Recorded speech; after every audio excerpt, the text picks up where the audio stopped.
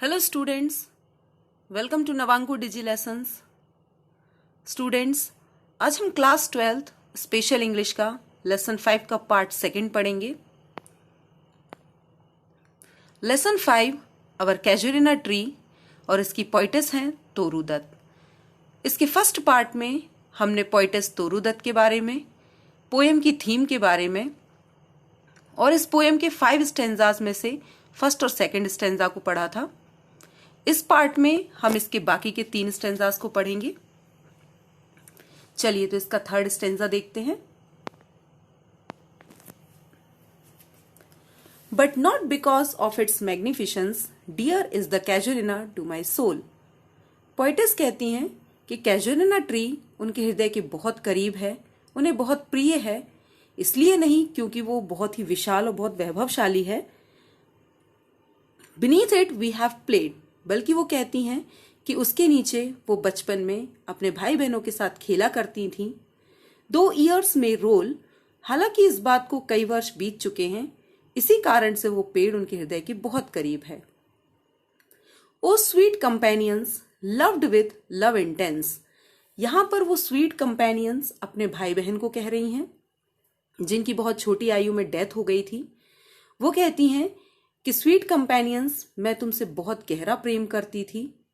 For your sakes shall the tree be ever dear, और सिर्फ तुम्हारी खातिर ये पेड़ मुझे इतना प्रिय है। Blend with your images it shall arise, और इसके साथ तुम्हारी यादें जुड़ी हुई हैं और उन यादों के साथ ये आज तक यहां खड़ा हुआ है। In memory till the hot tears blind mine eyes, वो कहती हैं कि मेरी यादों में तुम हमेशा जीवित रहोगे जब तक कि हॉट टीयर्स यानी गर्म आंसू मेरी आंखों को अंधा ना कर दें। What is that dirge like murmur that I hear? वो कहती हैं, दिर्ज मतलब होता है शोक गीत, रोना, विलाप करना। मरमर मीन्स होती है आवाज, तो वो कहती हैं ये रोने की आवाज, शोक करने की आवाज जो मैं सुनती हूं वो क्या है। Like the sea breaking on a shingle beach, वो कहती हैं कि ये विलाप करने की आवाज बिल्कुल वैसी लगती है जैसे कि एक सी यानी एक समुद्र की लहरें, शिंगल मतलब होता है पथरीले, बीच को टच करती हैं यानी उससे टकराती हैं तो उससे जो आवाज उत्पन्न होती है, ये शोक करने की, विलाप करने की आवाज को वो उस आवाज से कंपेयर कर रही हैं।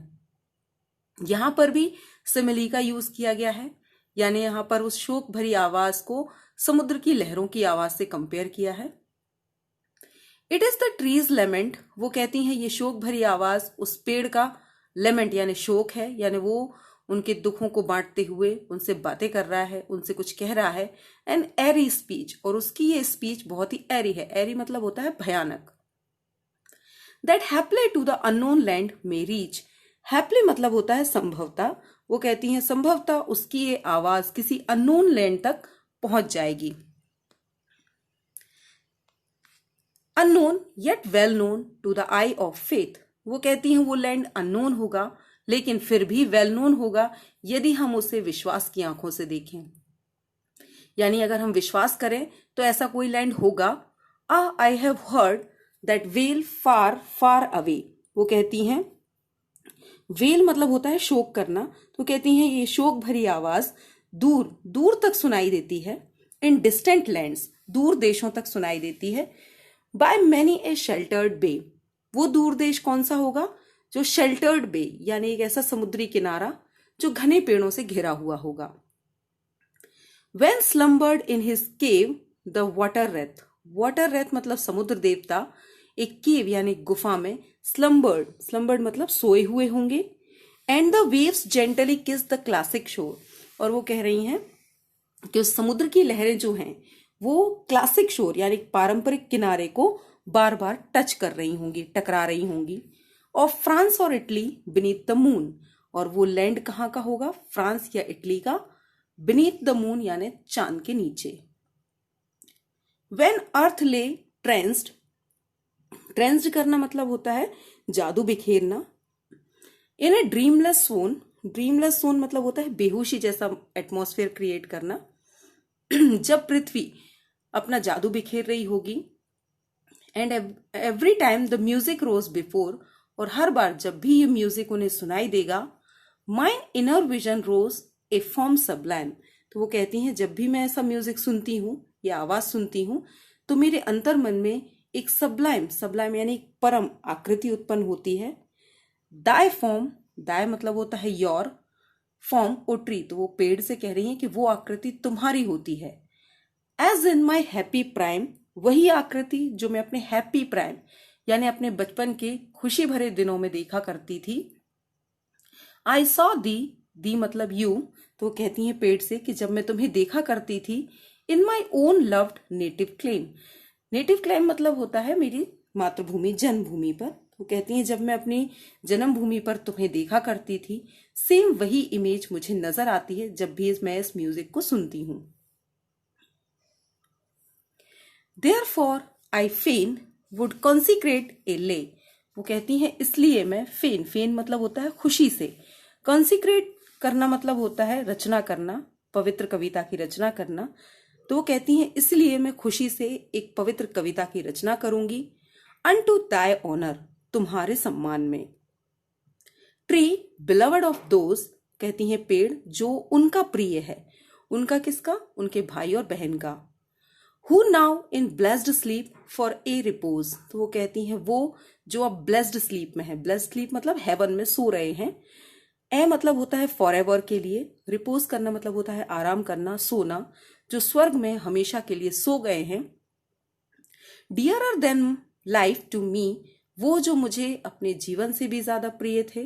Alas they were, जो हमेशा मुझे प्रिय थे। Mayst thou be numbered when my days are done, यहां पर वो पेड़ के लिए प्रार्थना कर रही हैं। वो कहती हैं दाओ यानी यू, बी नंबर्ड, नंबर्ड मतलब जीवित रहो। when my days are done, वो कह रही हैं जब मेरे दिन पूरे हो जाएं यानी मेरी डेथ हो जाए, उसके बावजूद भी तुम जीवित रहो। with deathless trees like those in बोरोडेल, वो कहती हैं उन डेथलेस ट्रीज की तरह जो बोरोडेल, बोरोडेल साउथ इंग्लैंड की एक घाटी है जहां बहुत पुराने पेड़ हैं। तो वो कहती हैं कि तुम भी जीवित रहो और तुम्हारी गिनती बोरोडेल घाटी के डेथलेस ट्रीज में की जाए। अंडर हुज आवफुल ब्रांचेस, जिसकी भयानक ब्रांचेस के नीचे लिंगर्ड पेल यानी आत्माएं भ्रमण करती रहती हैं, मंडराती रहती हैं। Fear trembling hope and death the skeleton, जिसके नीचे फियर यानी डर नजर आता है, आशाएं जहां ट्रम्बल यानी कांपने लगती हैं, डेथ मृत्यु नजर आती है, स्केलेटन यानी कंकाल नजर आते हैं, उन डेथलेस ट्रीज में तुम्हारी गिनती हो। एंड टाइम द शेडो, यहां वो कह रही हैं कि समय काल्पनिक होता है। And the weak the worse, वो कहती हैं हालांकि मेरा वर्स यानी मेरी कविता कितनी भी कमजोर हो। दैट वुड दाई ब्यूटी फेन, फिर भी फेन खुशी से मैं तुम्हारी ब्यूटी का वर्णन करूंगी। फेन रिहर्स, रिहर्स करना मतलब होता है वर्णन करना, फेन मतलब होता है खुशी से। वो कह रही है फिर भी मैं खुशी से तुम्हारी ब्यूटी का वर्णन करूंगी। May love defend thee from oblivion's curse, हो सकता है मेरा ये प्रेम तुम्हें डिफेंड कर ले, तुम्हें बचा ले ऑब्लिवियंस कर्स से। ऑब्लिवियंस मतलब गुमनामी के, कर्स मतलब श्राप से तुम्हें बचा ले। आई होप स्टूडेंट्स आपको ये पोएम ठीक से समझ में आई होगी। Thank you.